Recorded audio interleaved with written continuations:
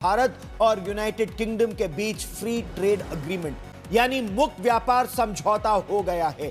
European union से Britain के अलग होने के बाद यह सबसे बड़ा व्यापार समझौता है और इस समझौते के बाद भारत और ब्रिटेन दोनों के प्रधानमंत्रियों ने एक साझा बयान जारी किया है। इस दौरान प्रधानमंत्री नरेंद्र मोदी ने आतंकवाद का मुद्दा भी उठाया और साथ ही साथ खालिस्तानियों का नाम लिए बिना लोकतंत्र में आजादी की जो छूट है इसका बेजा इस्तेमाल कुछ लोग जो कर रहे हैं, यह मुद्दा भी प्रधानमंत्री ने उठाया।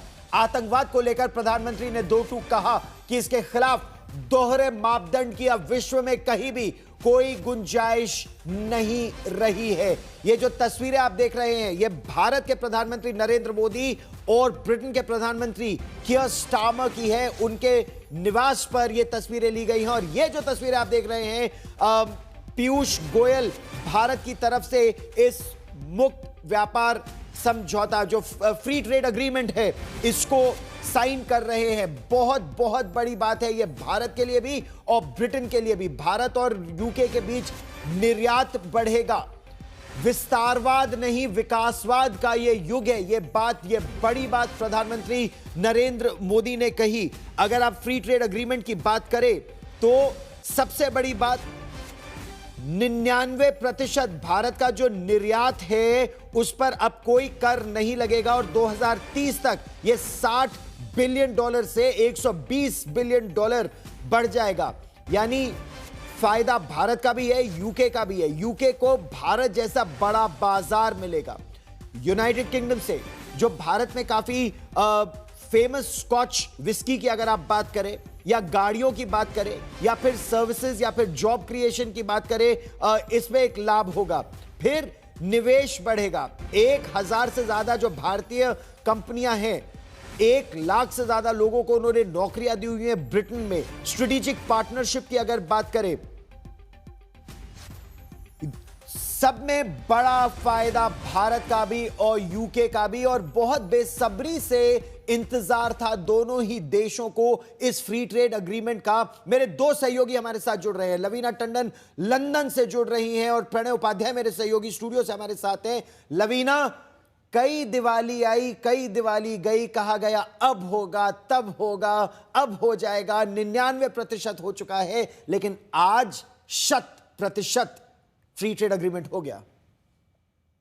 बहुत खुशी की बात है गौरव, और जैसा दोनों प्रधानमंत्रियों ने कहा कि ये दोनों देशों के बीच जो रिश्ता है उसे और सशक्त करेगा, लेकिन उसके लिए जैसा आपने बहुत सही कहा कि उसके लिए कुछ चीजें हैं जो यहाँ ब्रिटेन को भी अपना रुख थोड़ा सा बदलना पड़ेगा, चाहे वो खालिस्तानी हो या इकोनॉमिक ऑफेंडर्स हो। तो ये एक दो बहुत बड़ी चीजें थी इस पूरी प्रेस कॉन्फ्रेंस में, जहां अच्छी बातें कही गई, वहां धीरे से इस बात पर भी खासा तवज्जो दिया प्रधानमंत्री जी ने। तो बहुत इम्पोर्टेंट है और ये प्रेस कॉन्फ्रेंस में कहा गया, ये उससे भी इम्पोर्टेंट और बहुत सिग्निफिकेंट बात है। लेकिन हाँ, दोनों देशों के लिए अगर मैं यहाँ ब्रिटेन की बात करती हूँ गौरव, तो उसके लिए एफटीए एक बहुत ही महत्वपूर्ण ये कदम है, क्योंकि ऑस्ट्रेलिया और न्यूजीलैंड के साथ डील है, लेकिन पोस्ट ब्रेक्सिट ये सबसे बड़ी डील ब्रिटेन के लिए है। पोस्ट ब्रेक्सिट यानी बिल्कुल।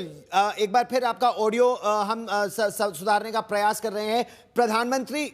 प्रधानमंत्री नरेंद्र मोदी ने इस मौके पर, देखिए, भारत के लिए आतंकवाद एक बहुत बड़ा मुद्दा है। पाकिस्तान प्रायोजित कट्टर इस्लामिक आतंकवाद और साथ ही साथ ये जो खालिस्तान और खालिस्तान के समर्थक हैं, जो ब्रिटेन का हो या कनाडा का हो या ऑस्ट्रेलिया का हो या अमेरिका का हो, प्रजातंत्र का लाभ उठाते हैं और बेजा इस्तेमाल करते हैं। इस पर प्रधानमंत्री ने क्या कहा, सुनिए। फ्रेंड्स, पहलगाम में हुए आतंकवादी हमले की कठोर निंदा के लिए हम प्रधानमंत्री स्टारमर और उनकी सरकार का आभार व्यक्त करते हैं। हम एक मत हैं कि आतंकवाद के खिलाफ लड़ाई में दोहरे मापदंडों का कोई स्थान नहीं है। हम इस बात पर भी सहमत हैं कि एक्सट्रीमिस्ट विचारधारा वाली शक्तियों को डेमोक्रेटिक फ्रीडम का दुरुपयोग नहीं करने दिया जा सकता। Those who misuse democratic freedoms to undermine democracy itself must be held account. Economic offenders के प्रत्यार्पण के विषय पर भी हमारी एजेंसी सहयोग और समन्वय से काम करती रहेगी। फ्रेंड्स, इंडो पैसिफिक में शांति और स्थिरता, यूक्रेन में चल रहे संघर्ष और पश्चिम एशिया की स्थिति पर हम विचार साझा करते रहे हैं। हम जल्द से जल्द शांति और स्थिरता की बहाली का समर्थन करते हैं। सभी देशों की संप्रभुता और क्षेत्रीय अखंडता का सम्मान अनिवार्य है। आज के युग की मांग विस्तारवाद नहीं, विकासवाद ही है।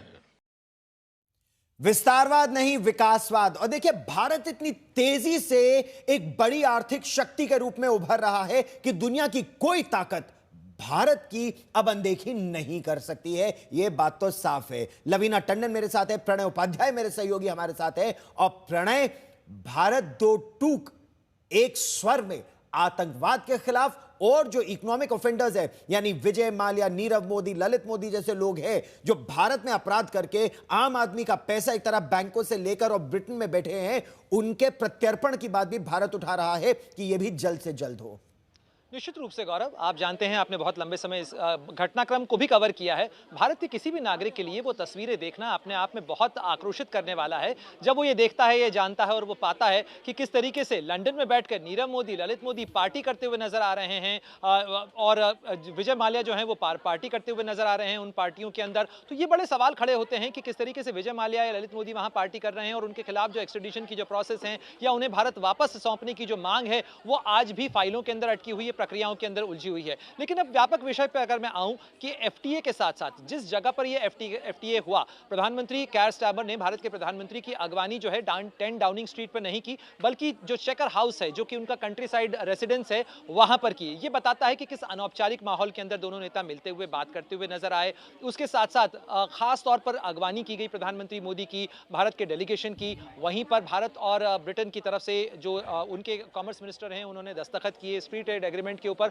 दोनों के अंदर दोनों ने इस चीज को स्वीकार किया गौरव कि ये एक विन विन समझौता है। हालांकि इसमें कई जो चीजें हैं, कई परतें अभी खुलना बाकी हैं। जैसे लवीना भी इसका जिक्र कर रही थी कि अभी ब्रिटेन के अंदर कानूनी प्रक्रिया को पूरा होना है, क्योंकि ब्रिटिश पार्लियामेंट के अंदर ये जाएगा, वहां पर अप्रूवल होना है। इसे लागू होने में कुछ वक्त लग सकता है, लेकिन ये बात सही है कि ये दोनों ही देशों के हिसाब से भारत के लिए ये सबसे बड़ा किसी G7 देश के साथ, किसी बड़ी अर्थव्यवस्था के साथ होने वाला पहला मुक्त व्यापार समझौता है। वहीं ब्रिटेन के लिए भी अगर आप ब्रेक्सिट के बाद से देखें, यूरोपीय संघ से बाहर आने के बाद देखें, तो ये उनका पहला मुक्त व्यापार समझौता है। दोनों के स्टेक्स काफी हाई हैं। इसको लेकर ब्रिटेन की उम्मीदें हैं कि उसकी अर्थव्यवस्था जो कि कुछ सुस्ती के दौर से गुजर रही है, उसको भारत के साथ एक इंजन मिल जाएगा, उसकी रफ्तार बढ़ जाएगी, ब्रिटेन के अंदर जॉब्स बढ़ जाएंगे, लोगों के लिए अवसर ज्यादा बढ़ जाएंगे। भारत को उम्मीद है कि भारत के लिए बाजार ज्यादा खुल जाएगा, चाहे टेक्सटाइल का मुद्दा हो, भारत के कपड़े हो, भारत के जूते हो, लेदर का सामान हो, भारत के कारपेट हो, टेक्सटाइल्स हो, या भारत के जो कृषि उत्पाद हैं या फूड प्रोसेसिंग प्रोडक्ट्स हैं, इनके लिए ज्यादा बड़ा बाजार हमें मिल पाएगा। सीधे सीधे आम लोगों के टर्म्स में यदि हम सोचें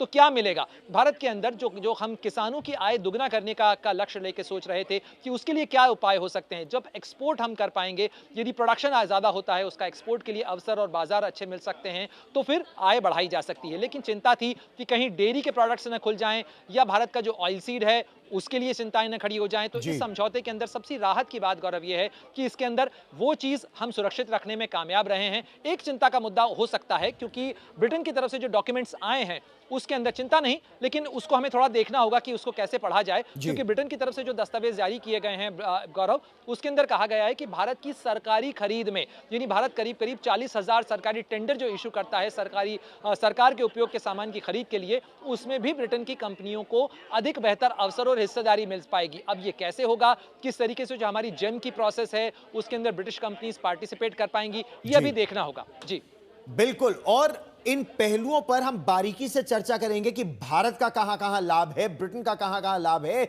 दोनों देश एक तरह से देखें लवीना, ब्रिटेन भी भारत को एक इंजन के रूप में देख रहा है कि भारत की तेजी से बढ़ती अर्थव्यवस्था से ब्रिटेन को क्या लाभ होगा, और इससे कई और देश भी सीख ले सकते हैं और वो भी देखेंगे कि अगर लाभ हो रहा है तो वो भी उसी फ्री ट्रेड एग्रीमेंट को उतनी ही तेजी से आगे ले जाने का प्रयास कर सकते हैं। लवीना जी बिल्कुल, ये बहुत ही अहम, जैसे हमने कहा यहाँ ब्रिटेन के लिए अगर मैं बात करूं तो हम सब चैनल्स पे भी देख रहे हैं, काफ़ी समय से पार्लियामेंट में इसमें चर्चा भी हो रही है कि बहुत ही महत्वपूर्ण ये डील मानी गई। आप जिसका विज़न 2035 की जो 2035 की जो बात हो रही थी, वो एक्चुअली बोरिस जॉनसन के साथ साइन हुआ था और उस पर ही ये काम चल रहा है। और जैसा हमने कहा दिवाली में ये साइन होने वाला था, लेकिन समय लगा क्योंकि नेगोशिएशंस बहुत जटिल थे।